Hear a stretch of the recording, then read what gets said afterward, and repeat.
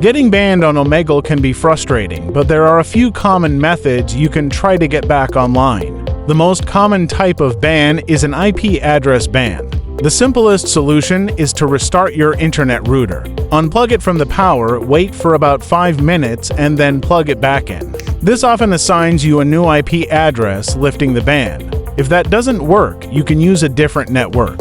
Try connecting to the internet through your phone's mobile data hotspot instead of your Wi-Fi. Another very effective method is to use a reliable VPN service. A VPN will mask your real IP address and give you a new one, allowing you to bypass the ban immediately.